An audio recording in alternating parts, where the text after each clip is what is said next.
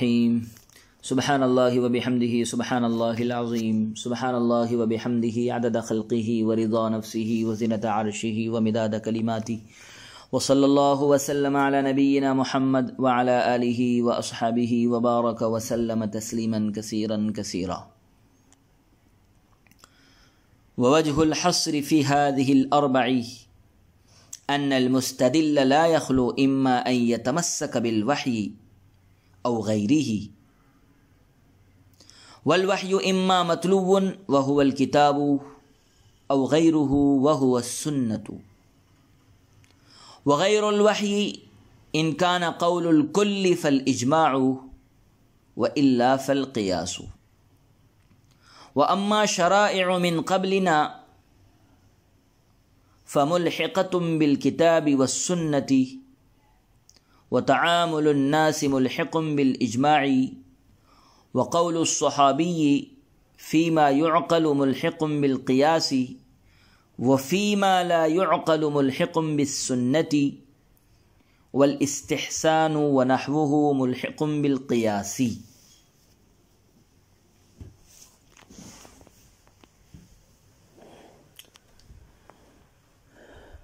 اور ان چاروں میں انحصار کی وجہ یہ ہے کہ دلیل پیش کرنے والا دو حال سے خالی نہیں، یا تو وہ وحی سے استدلال پیش کرے گا یا غیر وحی سے. اور وحی یا تو متلو ہوگی اور وہ کتاب اللہ ہے، یا غیر متلو ہوگی اور وہ سنت رسول اللہ ہے. اور غیر وحی اگر تمام مجتہدین کا قول ہو تو اجماع ہے، ورنہ تو قیاس ہے. اور ہماری شریعت سے پہلے کی شریعتیں کتاب اور سنت سے ملحق ہے، کتاب اور سنت کے ساتھ شامل ہے، اور تعامل ناس اجماع کے ساتھ شامل ہے. اور صحابی کا وہ قول جو معقول ہو قیاس کے ساتھ شامل ہے، اور وہ قول صحابی کا جو غیر معقول ہو سنت کے ساتھ شامل ہے. اور استحسان اور اسی طرح کی دوسری دلیلیں قیاس سے ملحق ہے. عزیز طلبہ کرام، شارح ملا جیون اس عبارت میں مذکورہ اصول اربعہ کے درمیان دلیل حصر بیان فرما رہے ہیں. چنانچہ فرمایا کہ استدلال کرنے والا دو حال سے خالی نہیں ہے، یا تو وہ وحی سے استدلال پیش کرے گا، احکام شرعیہ کی دلیلوں کو بیان کرنے والا، یا تو وہ کسی حکم شرعی کی دلیل وحی الہی سے پیش کرے گا یا غیر وحی سے پیش کرے گا. اگر وحی سے پیش کرے گا تو وہ بھی دو حال سے خالی نہیں. وحی متلو ہوگی جس کی تلاوت کی گئی ہوگی، وہ وحی متلو ہوگی جس کی تلاوت کی جائے، یا غیر متلو ہوگی جس کی تلاوت نہیں کی جاتی ہے. اگر وحی متلو ہے تو اس کو کتاب اللہ کہے گے، اور اگر وحی غیر متلو ہے تو وہ سنت رسول اللہ ہے. اور اگر استدلال پیش کرنے والا غیر وحی سے استدلال پیش کرے گا تو وہ بھی دو حال سے خالی نہیں. یا تو وہ ایک زمانے کے تمام مجتہدین کا قول ہوگا یا تمام مجتہدین کا قول نہ ہوگا. اگر ایک زمانے کے تمام مجتہدین کا قول ہے تو اجماع، اور ایک زمانے کے تمام مجتہدین کا قول نہیں ہے تو اسے قیاس کہتے ہیں. وَأَمَّا شَرَائِعُ مِن قَبْلِنَا فَمُلْحِقَةٌ بِالْكِتَابِ وَالسُّنَّةِ. اس عبارت سے ایک سوال کا جواب ہے. سوال یہ ہے کہ اصول کو چار میں منحصر کرنا درست نہیں ہے، کیونکہ حکم شرعی جس طرح مذکورہ اصول سے ثابت ہوتے ہیں، کتاب اللہ، سنت رسول اللہ، اجماع امت، قیاس، آپ نے حکم شرعی کو ان چاروں میں منحصر کر دیا اور آپ نے کہا کہ یہی اصول ہے، بس احکام شرعیہ کے لیے یہی دلائل ہے. تو دلائل کو اور اصول کو ان چار میں منحصر کرنا درست نہیں ہے، بلکہ احکام شرعیہ تو ان چاروں دلائل کے علاوہ بھی، ان چاروں اصول کے علاوہ بھی دیگر چیزوں سے ثابت ہوتے ہیں. لہذا ان چاروں کے علاوہ جن دلائل سے، جن اصول سے احکام شرعیہ ثابت ہوتے ہیں، انہیں بھی احکام شرعیہ کی دلیل کے طور پر ذکر کیا جانا چاہیے تھا. اور مصنف کا یہ کہنا کہ احکام شرعیہ صرف چار، دلائل شرعیہ صرف چار ہے، یہ درست نہیں ہے، بلکہ دلائل شرعیہ تو ان چار کے علاوہ بھی اور دیگر بھی ہے، جیسے شرائع سابقہ، اس سے بھی احکام شرعیہ ثابت ہوتے ہیں، لہذا یہ بھی دلیل شرعی ہے. خلاصہ یہ ہوا کہ جب احکام شرعیہ ان چار دلائل کے علاوہ دیگر اور بھی دلائل سے ثابت ہوتے ہیں تو پھر دلائل کو چار میں منحصر کرنا درست نہیں ہوا، کیونکہ حکم جس طرح مذکورہ اصول سے ثابت ہوتے ہیں اسی طرح سابقہ شریعتوں سے بھی ثابت ہوتے ہیں. لہذا اصول بجائے چار کے پانچ ہو گئے، پہلے چار، اور شرائع سابقہ اس سے بھی احکام شرعیہ ثابت ہوتے ہیں، لہذا یہ بھی ایک اصل شرع بن گیا. لہذا چار میں منحصر کرنا درست نہیں بلکہ پانچ ہو گئے اصول شرع، کتاب، سنت، اجماع، قیاس اور شرائع سابقہ. جیسے باری تعالیٰ کا قول ہے وَكَتَبْنَا عَلَيْهِمْ فِيهَا أَنَّ النَّفْسَ بِالنَّفْسِ وَالْعَيْنَ بِالْعَيْنِ وَالْأَنْفَ بِالْأَنْفِ وَالْأُذُنَ بِالْأُذُنِ وَالسِّنَّ بِالسِّنِّ وَالْجُرُوحَ قِصَاص، یعنی لکھ دیا ہم نے ان پر تورات میں کہ جی کے بدلے جی، آنکھ کے بدلے آنکھ، ناک کے بدلے ناک، کان کے بدلے کان، دانت کے بدلے دانت، اور زخموں کا بدلہ ان کے برابر ہے. اس آیت میں مذکورہ قصاص کا حکم جس طرح یہود پر لازم تھا اسی طرح ہم پر بھی لازم ہے. پس جب شرائع سابقہ سے بھی حکم ثابت ہو جاتا ہے تو اصول کو چار میں منحصر کرنا باطل ہو گیا. اس کا جواب یہ ہے کہ ہم پر شرائع سابقہ اس وقت لازم ہوتی ہے جب ان کو اللہ اور اس کے رسول نے بغیر انکار کے بیان کیا ہو، اور اگر اللہ اور رسول نے بیان نہ کیا ہو یا بیان تو کیا ہو مگر بیان کرنے کے بعد صراحتاً انکار کر دیا ہو، مثلا یوں کہا ہو لا تفعلوا مثل ذلک، اس کے مانند عمل مت کرنا، یا دلالتاً انکار کیا ہو، مثلا کسی حکم کو بیان کرنے کے بعد یوں کہا ہو کہ یہ ان کے ظلم کی، ان کی شرارت کی، ان کی بدعملی کی جزا ہے، جیسا کہ باری تعالیٰ کا ارشاد ہے وَعَلَى الَّذِينَ هَادُوا حَرَّمْنَا كُلَّ ذِي ظُفُرٍ وَمِنَ الْبَقَرِ وَالْغَنَمِ حَرَّمْنَا عَلَيْهِمْ شُحُومَهُمَا إِلَّا مَا حَمَلَتْ ظُهُورُهُمَا أَوِ الْحَوَايَا أَوْ مَا اخْتَلَطَ بِعَظْمٍ ذَلِكَ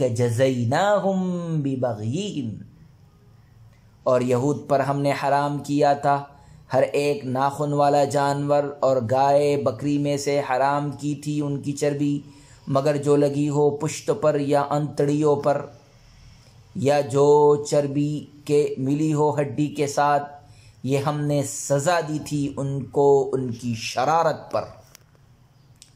تو شرائع سابقہ کے احکام ہم پر لازم نہیں ہوتے ہیں، اور جب ان کو اللہ نے بیان کیا ہے تو وہ شرائع سابقہ کتاب الہی کے ساتھ ملحق ہو جائے گے. جب کسی سابقہ شریعت کا حکم اللہ رب العزت قرآن کریم میں بیان فرما رہے ہیں تو وہ حکم اب سابقہ شریعت کا حکم نہیں رہا، بلکہ اب وہ حکم کتاب اللہ کا حکم ہو گیا، وہ قرآن کریم کا حکم ہو گیا، اور جب وہ قرآن کریم کا حکم ہو گیا تو وہ قرآن کے ساتھ شامل ہو گیا. جب ان کو اللہ نے بیان کیا ہے تو وہ شرائع سابقہ کتاب الہی کے ساتھ ملحق ہو جائیں گے، اور اگر رسول اللہ صلی اللہ علیہ وسلم نے بیان کر دیا تو وہ حکم اب سابقہ شریعت کا حکم نہیں بلکہ وہ سنت رسول اللہ صلی اللہ علیہ وسلم کے ساتھ ملحق ہو جائیں گے. اور جب شرائع سابقہ کتاب الہی یا سنت رسول کے ساتھ ملحق ہوں گے تو شرائع سابقہ مستقل دلیل نہ رہے، اور شرائع سابقہ جب مستقل دلیل نہ رہے تو شرائع سابقہ کو 5واں اصول قرار دے کر 4 اصول میں حصر کو باطل کرنا درست نہ ہوگا. وتعامل الناس، یہ بھی ایک سوال مقدرہ کا جواب ہے. سوال یہ ہے کہ 4 اصول میں حصر باطل ہے، کیونکہ حکم جس طرح مذکورہ 4 اصول سے ثابت ہوتا ہے اسی طرح لوگوں کے تعامل سے بھی حکم ثابت ہوتا ہے. پس اصول شرع بجائے 4 کے 5 ہوئے، اور جب اصول 4 کے بجائے 5 ہوئے تو صاحب المنار کا اصول کو 4 میں منحصر کرنا باطل ہو گیا. اس کا جواب یہ ہے کہ لوگوں کا تعامل اجماع کے ساتھ لاحق ہے. چنانچہ صاحب ہدایہ نے فرمایا کہ اگر کسی شخص نے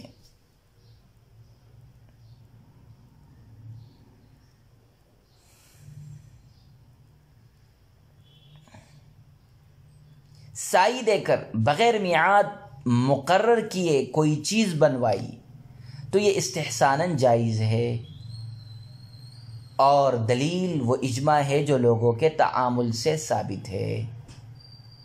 اگرچہ مبی معدوم ہونے کی وجہ سے قیاساً یہ بیع ناجائز ہے. جیسے ہم کسی چمار کے پاس گئے، اپنے پیر کا ناپ دیا اور کوئی ایک جوتا صورت اور تصویر دیکھ کر کے طے کر لیا، اس کی قیمت 2000 روپیے ہوئی. ہم نے 2000 روپیے پیمنٹ کر دیا، پہلے ہی دے دیا. جوتا 1 ہفتہ 10 دن کے بعد ملنا ہے، ثمن ادا ہو گیا. مبی ابھی معدوم ہے، اور جب مبی معدوم ہو تو وہ مجہول ہوتی ہے، اور مبی کے مجہول ہونے کی صورت میں یہ بیع درست نہیں ہے. لیکن یہ بیع استحساناً جائز ہے، اور دلیل اجماع ہے، لوگوں کا تعامل ہے. صاحب ہدایہ کی عبارت سے معلوم ہوا کہ تعامل ناس بھی اجماع میں داخل ہے، اور جب تعامل ناس اجماع میں داخل ہے تو تعامل ناس مستقل دلیل نہ ہوگا، اس لیے کہ اس کا شمار اجماع میں ہے. اور جب تعامل ناس مستقل دلیل نہ ہوا تو شریعت اسلامیہ کے دلائل 4 ہوئے نہ کہ 5. اور جب اصول شرع 4 ہی رہے تو 4 میں حصر باطل کرنا درست نہ ہوگا. وقول الصحابی سے بھی سوال کا جواب ہے. سوال یہ ہے کہ اصول کو 4 میں منحصر کرنا باطل ہے، کیونکہ حکم شرعی جس طرح مذکورہ اصول 4 سے ثابت ہوتا ہے اسی طرح صحابی کے قول سے بھی حکم شرعی ثابت ہوتا ہے. لہذا شریعت اسلامیہ کے اصول 5 ہو گئے: کتاب، سنت، اجماع، قیاس، اور 5واں قول صحابی. اس کا جواب یہ ہے کہ صحابی کا قول اگر مدرک بالقیاس معقول ہے، یعنی اگر صحابی کا قول عقل اور قیاس کے مطابق ہے تو وہ قیاس کے ساتھ شامل ہو جائے گا، اور جب وہ قیاس کے ساتھ شامل ہو گئے تو اس کو مستقل اصل قرار دینے کی ضرورت نہیں رہی. اور اگر قیاس اور عقل کے مطابق نہ ہو صحابی کا قول تو وہ سنت رسول اللہ صلی اللہ علیہ وسلم کے ساتھ لاحق ہے، کیونکہ اگر صحابی خلاف عقل اور خلاف قیاس کوئی حکم بیان کرے تو یہی کہا جائے گا کہ اس نے رسول اللہ صلی اللہ علیہ وسلم سے سنا ہوگا، اگرچہ رسول اللہ صلی اللہ علیہ وسلم کی طرف منسوب نہیں کیا ہے. پس صحابی کا قول جب قیاس یا سنت کے ساتھ لاحق ہو گیا تو اصول کو 4 میں منحصر کرنا بھی درست ہو گیا.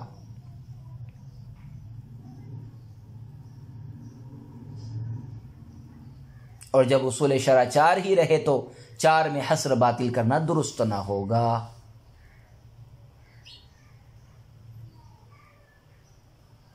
والاستحسان، اس عبارت سے بھی ایک سوال مقدر کا جواب ہے.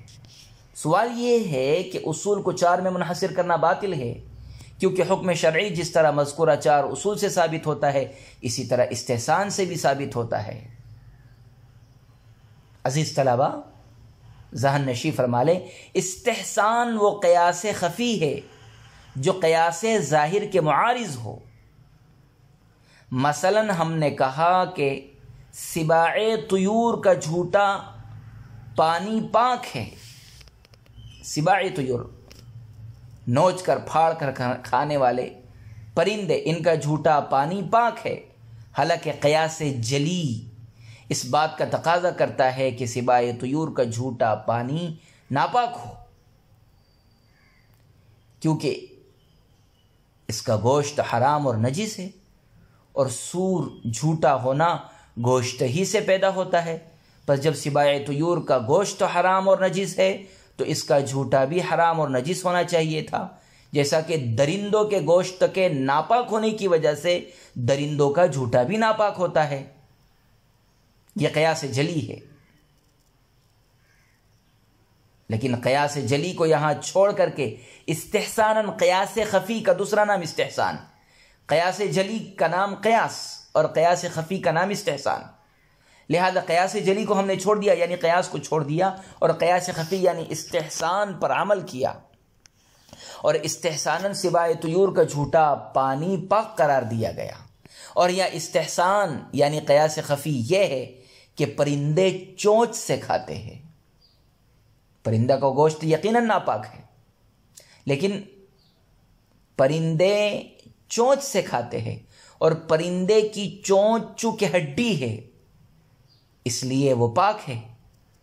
اور پرندہ زندہ ہو یا مردہ ہو، پرندے چونچ سے کھاتے ہیں، اور پرندے کی چونچ چونکہ ہڈی ہے اس لیے وہ پاک ہے. پرندہ زندہ ہو یا مردہ، اور پاک چیز کے ساتھ ملنے کی وجہ سے پانی ناپاک نہیں ہوتا. لہذا سباع طیور کا جھوٹا پانی ناپاک نہ ہوگا، برخلاف درندوں کے، کیونکہ درندے اپنی زبان سے کھاتے ہیں. لہذا پانی درندے کے ناپاک لعاب کے ساتھ مل کر پانی بھی ناپاک ہو جائے گا، اور سباع طیور کا جھوٹا ناپاک نہیں ہوگا، اس لیے کہ ان کا گوشت تو ناپاک ہے، لیکن وہ کھاتے زبان سے نہیں ہیں، چونچ سے، اور چونچ ہڈی ہے اور ہڈی پاک ہے. لہذا پاک چیز جب پانی کے ساتھ میں ملے گی تو پانی پاک ہی رہے گا، ناپاک نہیں ہوگا. اور درندوں کا گوشت تو ناپاک ہے، اور وہ کھاتے زبان سے ہے، اور زبان پر جو لعاب ہے وہ بھی ناپاک ہے. لہذا جب یہ پانی کے ساتھ شامل ہوگا، ملے گا، تو پانی بھی ناپاک ہو جائے گا.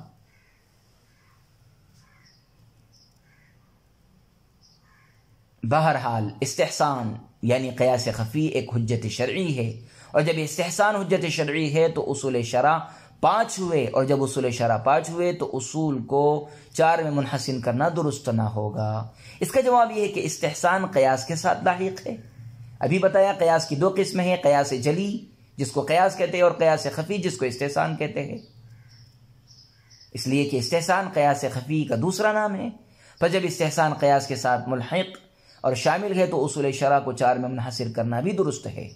اور اگر یہ کہا جائے کہ حصر اب بھی باطل ہے، کیونکہ احکام جس طرح مذکورہ اصول 4 سے ثابت ہوتے ہیں، اسی طرح ظن غالب، تحری، احتیاط اور ضرورت سے بھی ثابت ہوتے ہیں، تو اس کا جواب یہ ہے کہ ظن غالب تحری کے حکم میں ہے، اور تحری قیاس میں داخل ہے، اور احتیاط سنت میں داخل ہے، کیونکہ رسول اللہ صلی اللہ علیہ وسلم نے فرمایا دع ما یریبک الی ما لا یریبک، یعنی احتیاطاً مشکوک چیزوں کو چھوڑ کر غیر مشکوک چیزوں کو اختیار کرو. احتیاطاً مشکوک چیزوں کو چھوڑ کر غیر مشکوک چیزوں کو اختیار کرو.